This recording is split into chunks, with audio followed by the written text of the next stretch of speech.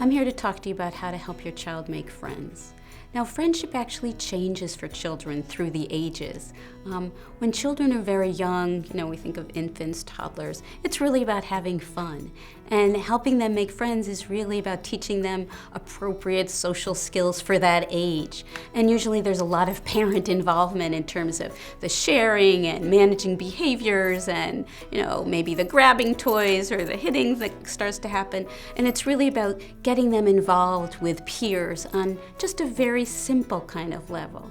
But as kids get a little bit older in terms of pre-K or kindergarten, friendships start to take on a little bit more meaning, and it's about having fun, but it's also about making those connections. And certainly as kids move through the elementary school years, there's really this sense of I like someone, those people don't like me, or she's really nice, or we have a lot in common. So by the time you get to those 6 and 7-year-olds and even 8-year-olds, you see a lot of already that peer group situation.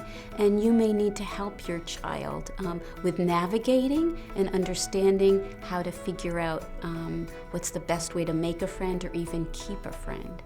So when you're trying to help a child make friends, I think you want to teach them the basics, the please, the thank you, going up to somebody and maybe role playing. Hi, I'm Robin, and do you come to this playground, or do you want to go and play soccer with me? Whatever it is, help them and watch them on the playground. Watch them when they're at a party with their friends and a birthday party, and help them get more comfortable with kids.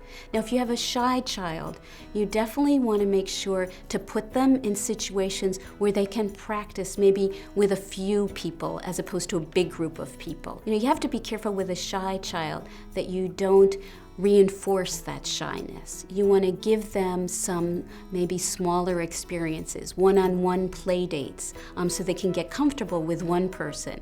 And then maybe when they go to a party or an event where that person is, they can become part of a group in a much easier kind of way. The other thing that's a little tricky with kids, even at those young school age, first, second, third grade, is teaching them about how to manage when people aren't so friendly, and making sure they have a lot of confidence about themselves, that they come and talk to you about their friends, that you know who their friends are, and you help them when there's a problem with their friends. When you get to the teenage years, those kids, it's not necessarily fitting in with those different groups as they are in middle school. But when the teenagers are trying to have friends, it's about what group fits for them in a very different kind of way in terms of their interests. They start to develop an identity. And again, you want to be as involved and aware of their friends as when they were little, because you still have much more influence than you think with a teenager. Talk about their friends, talk about their struggles, talk about maybe trying to be a friend with somebody who's trying to get them to do something that you don't approve of, and helping them with those situations. Because friendship skills are lifelong skills, and just because you have friends today doesn't mean you're going to want and need new ones tomorrow. And so figuring out how to do that will help you forever.